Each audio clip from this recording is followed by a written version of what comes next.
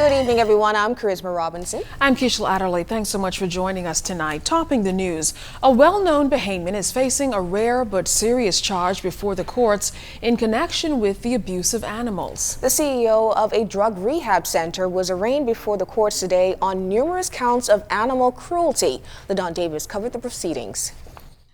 Executive Director of the Bahamas Association for Social Health, or BASH, Terry Miller, faced 14 charges of animal cruelty in relation to 5 horses before Magistrate Sabu Swain in Court Number 11 on Thursday.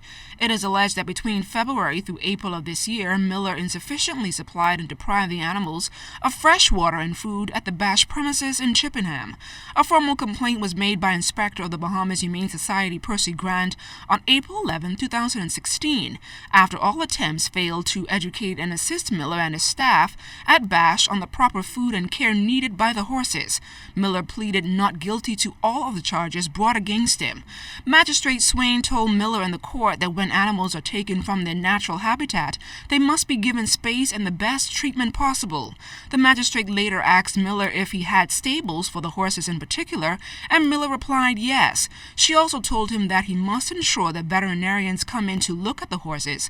Miller told the court that veterinarians visit once every 2 months to examine the horses. During submissions, attorney for the Bahamas Humane Society, Meta McMillan Hughes, said there was reasonable cause to believe that the Animal Protection Control Act under Section 46 was breached. Hughes noted that 3 of the horses are now contained in the Bahamas Humane Society auxiliary stables in Lyford Key and are now being fed and taken care of by well-trained professionals. Miller's attorney, Michael Camp, said there were several persons in Lyford Key who were seeking to purchase the horses 6 years ago, but he said members of the Bahamas Humane Society are acting as if those horses belong to them. Additionally, attorney Camp says Miller assists persons living with AIDS and battling substance abuse at the BASH facility.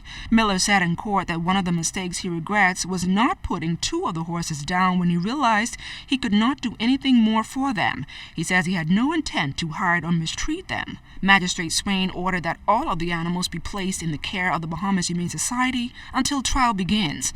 ZNS News caught up with Miller after the arraignment for comment. They said all the animals from BASH were supposed to be moved, but they left the rabbits and the goat. It's never about the animals, it's always about the horses. Meanwhile, attorney for the Bahamas Humane Society, Meta Hughes, says this incident proves that animals do have rights by law in this country.